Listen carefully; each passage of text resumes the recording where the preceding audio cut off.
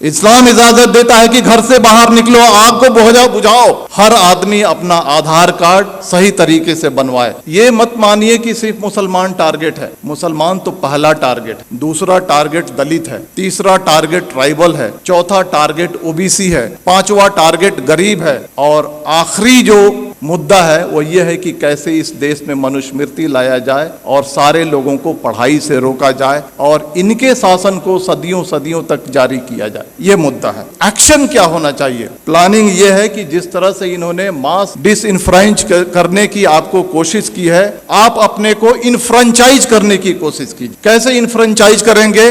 अपने सारे voting documents को प्रॉपर तरीके से सबसे पहले बनाइए। आज ही जा करके हर आदमी अपना आधार कार्ड, अपना इलेक्शन आइडेंटिटी कार्ड, बाकी सारे कार्ड्स सही तरीके से बनवाए। जो आदमी घर शिफ्ट करता है, शिफ्टिंग के बाद मैंने किताब लिखी है, उसमें कहा गया है कि अगर एक दलित और एक मुसलमान अगर अपने घर को शिफ्ट करता है तो उसके नाम को डिलीट कर दिया जाता है। आप जहां पर जाते हैं नए तरीके से अपने नाम को ऐड कीजिए। आपके मेल को फीमेल लिखा जाता है, आपके फोटो को चेंज कर दिया जाता है। बीजेपी के लोग फॉर्म नंबर 7 के थ्रू आपके वोटर आइडेंटिटी कार्ड को चैलेंज करते हैं। बिना इंक्वायरी के इलेक्शन कमीशन आपके वोटर आइडेंटिटी कार्ड को खत्म कर देता है। आप सजग नहीं है। सबसे पहले आप सजग होइए, सबसे पहले अपने कार्ड्स बनाइए। कार्ड्स बनाने के बाद जो वोटर लिस्ट है उसको उठाइए और देखिए कि महमूद आलम अगर लिखा हुआ है तो उसका स्पेलिंग सही है क्या, हम मेल हैं तो मेल है क्या, फीमेल हैं तो फीमेल है क्या,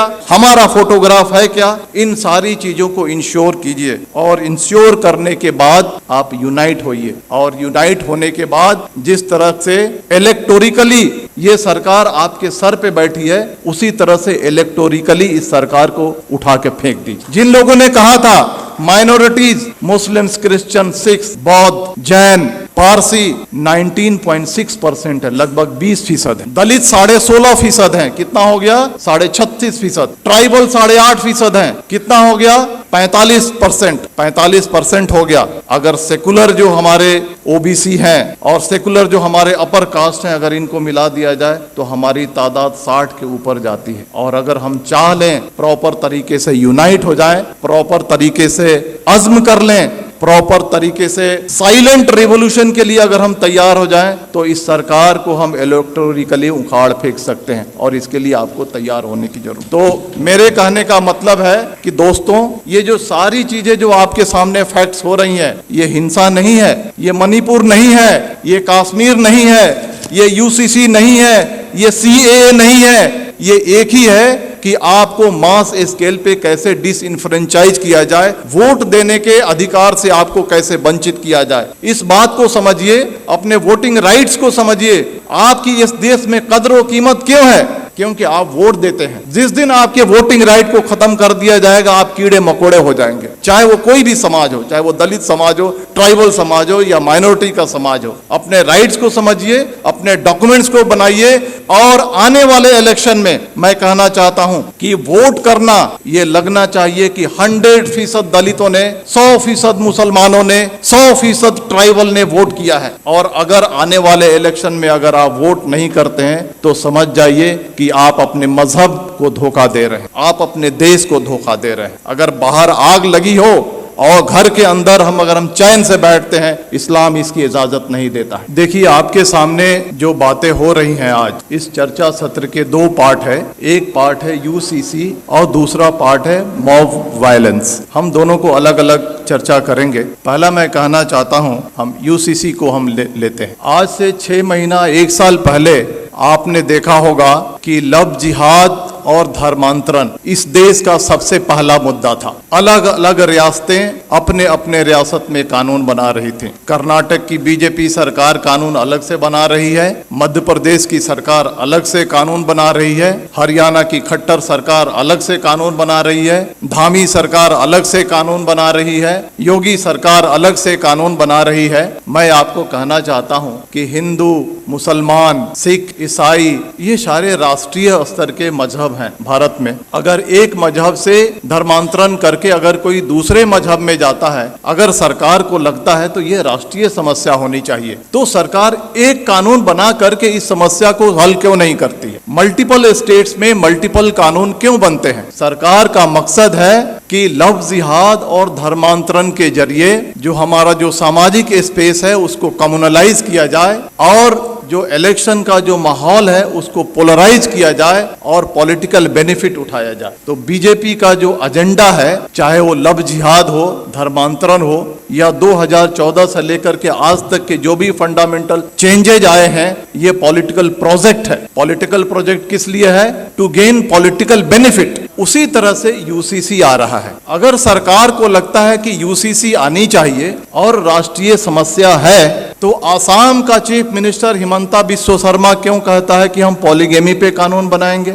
धामी सरकार उत्तराखंड का क्यों कहता है हम यूसीसी पे ड्राफ्ट लेकर के आएंगे? आप देखिएगा मेरी बात, यू मार्क माई वर्ड, कुछ दिन के बाद योगी सरकार अलग ड्राफ्ट लेकर के आएगी, कुछ दिन के बाद मध्य प्रदेश की शिवराज सरकार अलग ड्राफ्ट लेकर के आएगी, और इसका मकसद है कि ये उनका पॉलिटिकल प्रोजेक्ट है। और पॉलिटिकल प्रोजेक्ट किस लिए है? समाज को पोलराइज करने के लिए। अब सवाल उठता है कि इसका मकसद समाज को पोलराइज करने के लिए है, तो हमें क्या करना चाहिए? जहां तक यूसीसी का सवाल है, बड़े बड़े वक्ता, बड़े बड़े दानिश्वर कहते हैं सबसे ज्यादा जो नुकसान होगा वो क्रिश्चियंस को होगा, सिख को होगा, ट्राइबल्स को होगा, दलित को होगा। हमारी जिम्मेदारी है, सरकार देखिए 2014 से लेकर के आज तक जो चाहती है वो करते आई है। अगर वो चाहेगी कि यूसीसी लाएं तो हम रोक नहीं सकते हैं, लेकिन हम जो कॉन्स्टिट्यूएंट्स जो उनको वोट करते हैं उनको ये एजुकेट कम से कम कर सकते हैं कि ये जो है आपको बर्बाद करने के लिए लाया जा रहा है। इसके कॉन्स्टिट्यूएंट्स कौन है? ट्राइबल्स हैं, दलित हैं, मुस्लिम्स हैं, अदर माइनॉरिटीज हैं। इन सब को हमको एजुकेट करना है कि आपके different language, different culture, different रहन सहन आपके मजहब को बर्बाद करने के लिए लाया जा रहा है। और ये हिंदू कल्चर नहीं थोपा जा रहा है, ये brahminical mindset, upper caste Hindu mentality को कमजोरों पे थोकने की ये साजिश है। इसके लिए हमको देश को आगाह करने की जरूरत है। अब आते हैं मॉब वायलेंस में, क्योंकि वो ज्यादा देश के सामने एक बड़ा समस्या है। आपने देखा होगा कि जब भी मॉब वायलेंस होता है तो इसके दो पार्ट हैं कि जो बातें रिपीट हो रही हैं उसको बोलने की जरूरत नहीं है। जो पेपर में आता है, जो सोशल मीडिया पे आता है, जो वक्ताओं ने कहा है, it's a matter of record, उसको रिपीट करने की जरूरत नहीं। हम क्या नया रखते हैं उसका ज्यादा महत्व है। मॉब वायलेंस के दो पार्ट हैं, एक जो एक्चुअल जो विजिलेंटे ग्रुप और एक सरकार जो खामोशी से उसका सपोर्ट करती है। जो विजिलेंटे ग्रुप है, जो एक्चुअल क्राइम कमिट करता है, आज फ्रीली घूम रहा है, हथियार कलेक्ट कर रहा है, क्राइम कर रहा है, माइनॉरिटीज पे वार कर रहा है, और उसको कोई छेड़ने वाला, कोई अरेस्ट करने वाला नहीं है। दूसरा जो पार्ट है आज की सरकार कितनी भी मॉब लिंचिंग हो जाए, मणिपुर हो जाए, नू हो जाए, पुन्हाना हो जाए, झिरका हो जाए, ट्रेन में फायरिंग हो जाए, दंगे हो जाए, सरकार जबान नहीं खोलने वाली है। सरकार चुप है। सरकार इज मेंटेनिंग साइलेंस। और साइलेंस को क्या कहा जाता है? साइलेंस को, खामोशी को रजामंदी कहा जाता है। सरकार वायलेंस को रजामंदी दे रही है। सरकार रजामंद है कि वायलेंस किया जाए। इसके दो पार्ट हैं, जो विजिलेंटे ग्रुप हैं और जो सरकार है, इनके मोटिव में फर्क है। जो विजिलेंटे ग्रुप है उनका मोटिव है कि हम जो कमजोर हैं उन पे हमला कर रहे हैं, उनको सबक सिखा रहे हैं, उनको तकलीफ में डाल रहे हैं, और बहुत खुश हैं कि तारीख में इन्हें हमको सताया था। ये बात सही है या गलत, इसकी अलग चर्चा की विषय है, लेकिन इन्होंने हमें तारीख में हमको तकलीफ दी थी, आज हम इनको तकलीफ दे रहे हैं। वो खुश है, वो इलिटरेट, कम पढ़ा लिखा आदमी जो विजिलेंटे ग्रुप है खुश है। लेकिन जो सरकार, जो ऑर्गेनाइजेशन आरएसएस इस देश को चला रही है, उनका जो एजेंडा है वो एजेंडा बिल्कुल ही अलग है। वो एजेंडा है मास डिसइनफ्रेंचाइजमेंट की, यानी मास स्केल पे आपको वोट देने से वंचित किया जाए। इसको मैं समझाऊंगा, आप मुत्तफिक नहीं होंगे मेरी बातों से, लेकिन मैं समझाऊंगा। 19वीं सदी में सदर्न अमेरिका में gym crow system of mass disenfranchisement लागू किया गया था। कोर्ट ने भी इसकी इजाजत दी थी। यह क्या है कि छोटे मोटे क्राइम में आपको पनिशमेंट हो जाए, किसी तरह की आपने अनुशासनहीनता कर दी, किसी तरह से आपने अपने लाइफ को थोड़ा सा डेविएट कर लिया, इन सारे मुद्दों पे आपको वोट देने की राइट को छीन लिया जाएगा। This is the gym crow system of mass disenfranchisement. वही सिस्टम सरकार धीरे धीरे इस देश में लागू करना चाहती है। चाहे वो कश्मीर का मुद्दा हो, चाहे वो मणिपुर का मुद्दा हो, चाहे वो बुलडोजर का मुद्दा हो, चाहे वो CAA का मुद्दा हो, चाहे वो UCC का मुद्दा हो, ये 5 चीजें मैंने आपके सामने रखी हैं। ये पांचों जो मुद्दे हैं,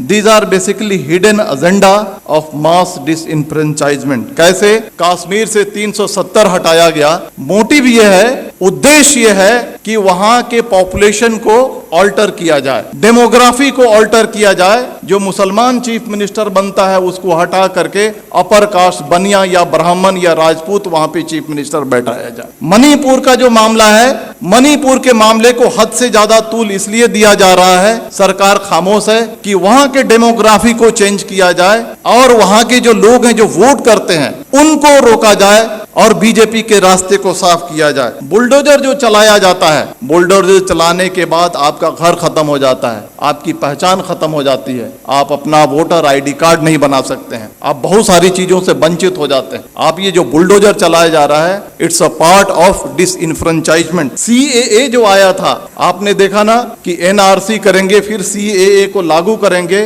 करोड़ों करोड़ों की तादाद में मुसलमानों को डिसइनफ्रेंच करने की ये साजिश थी। UCC जो लाया जा रहा है, छोटे छोटे सिविल मैटर्स को कैसे उसको पनिश करके और उस पनिशमेंट को आधार बना करके आपके वोटिंग राइट्स को छीना जाएगा। आज आपने देखा ना, एक डिफेमेशन केस को आधार बना करके एक राष्ट्रीय पार्टी के बड़े नेता के जब उसके सदस्यता को खत्म किया जा रहा, छीना जा रहा है, तो आपकी वोटिंग राइट्स कोई बड़ी चीज नहीं है। तो ये जो चीजें जो हमारे सामने हो रही हैं, ये आपके वोटिंग राइट्स को खत्म करने की है। लेकिन बहुत अफसोस की बात है कि ठीक है, बीजेपी के रियासतों में ये हो रहा है, लेकिन कांग्रेस रूल्ड स्टेट्स हैं, रीजनल पार्टी रूल्ड स्टेट्स हैं, OBC बेस की जो पार्टियां वो सरकार में है, जैसे बिहार है वहां पे हैं। लेकिन जब ये कम्युनल एलिमेंट्स कमजोरों पे, दलितों पे, मुसलमानों पे, अदर माइनॉरिटीज पे, ट्राइबल्स पे अत्याचार करती हैं, तो वैसी कार्रवाई नहीं करती हैं जैसी होनी चाहिए। ये बहुत अफसोस की बात। आग बुझाने का यही तरीका है कि अपने अधिकार को समझो।